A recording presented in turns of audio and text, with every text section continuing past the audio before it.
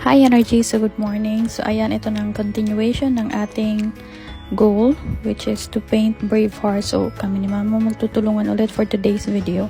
So adjust. Kailangan natin lagyan ng tape para syempre hindi madama yung ibang hindi naman kailangan pinturahan. So ayan, ang ating maliit na traveler. Ako po yan, char. So kailangan natin tanggalin yung box para hindi din siya magkaroon ng paint. So ayan na po siya nung tinanggalan natin ng kalawang. So hindi naman lahat talaga natanggal. Pero yung mga kailangan natin tanggalan is ayun na. Pwede nang i-paint ulit ng black. So kami ni Mama kailangan namin ng gloves. So ito yung paint na ginamit natin.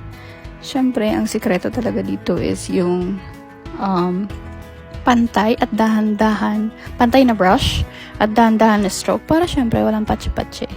So again, excited akong ipakita sa inyo kung kamusta si Braveheart after ng ating effort. See you!